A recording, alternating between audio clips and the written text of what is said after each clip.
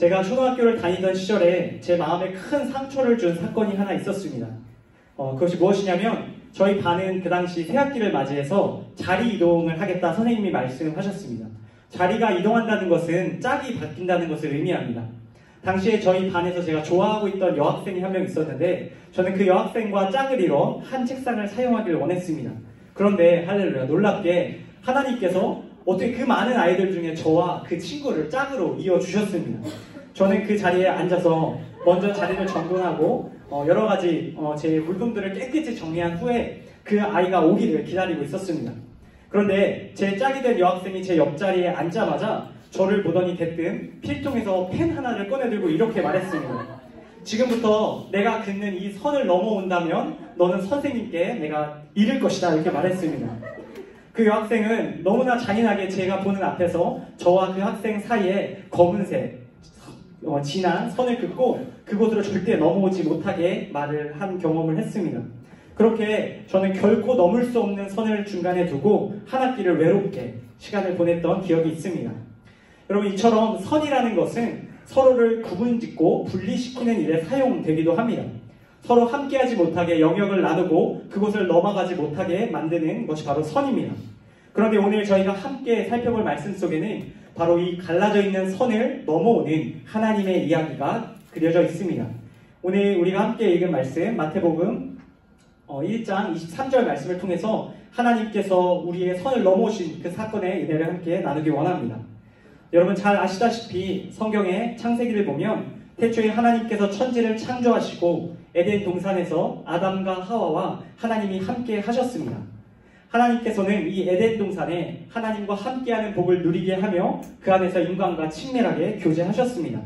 그런데 이 에덴 동산에 하나님과 함께 머물던 아담과 하와에게 죄의 유혹이 찾아옵니다. 그 유혹의 핵심은 바로 하나님의 말씀에 불순종하고 하나님과 같이 되려 하는 욕망을 갖게 하는 것이었습니다. 뱀으로 가장한 사탄은 이와 같은 유혹을 사람에게 건넸고 사람은 이 유혹에 넘어갑니다. 하나님께서 결코 먹지 말라고 말씀하신 선악과를 먹고 하나님의 말씀에 불순종하는 사건이 일어났던 것입니다. 이것이 바로 인류에게 처음 죄의 씨앗이 심겨진 원죄의 사건입니다.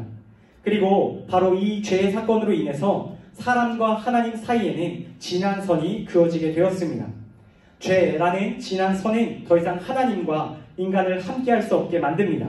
사람은 하나님 앞에 숨을 수밖에 없었고 하나님은 결국 그들을 동산 밖으로 내쫓아 보내십니다. 더 이상 하나님과 함께할 수 없었던 사람의 최후가 어떻게 되었습니까?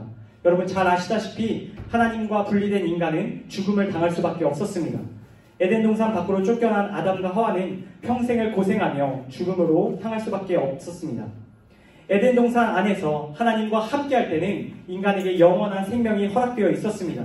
그러나 하나님과 분리되고 그 선 밖으로 나가게 된 이후에 사람은 영원히 살 수 없게 되었던 것입니다. 하나님께 돌아갈 기회, 그런 것은 주어지지 않습니다. 사람과 하나님을 분리시킨 선이 너무나도 진하고 선명했기 때문에 인간은 그 선을 넘을 수 없었습니다. 죄라는 선이 하나님과 사람 사이를 완전히 갈라놓았기 때문에 오늘날 우리 역시 하나님께로 나아갈 수 없었습니다. 그런데 하나님께서는 이처럼 넘을 수 없는 선, 우리가 넘어갈 수 없는 그 선을 하나님이 먼저 넘어오길 원하십니다.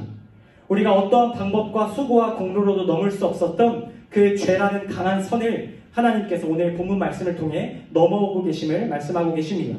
오늘 말씀 23절 상반절 말씀 저희 한 번 더 함께 읽도록 하겠습니다. 23절 상반절입니다. 시작.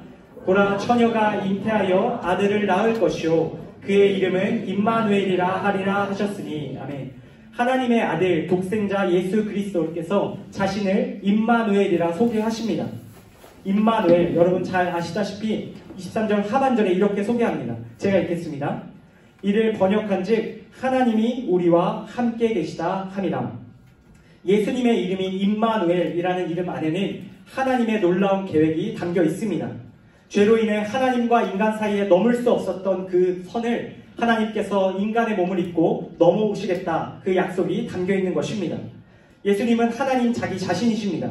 바로 하나님께서 스스로 그 선을 넘어 인간과 함께 하시며 우리를 구원하시겠다 말씀하고 계신 것입니다.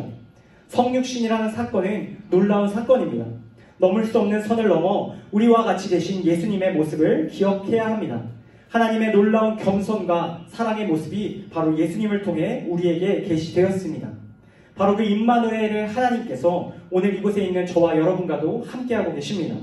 저희 각 사람과 늘 함께하시며 우리의 모든 인생에 동행하여 주십니다.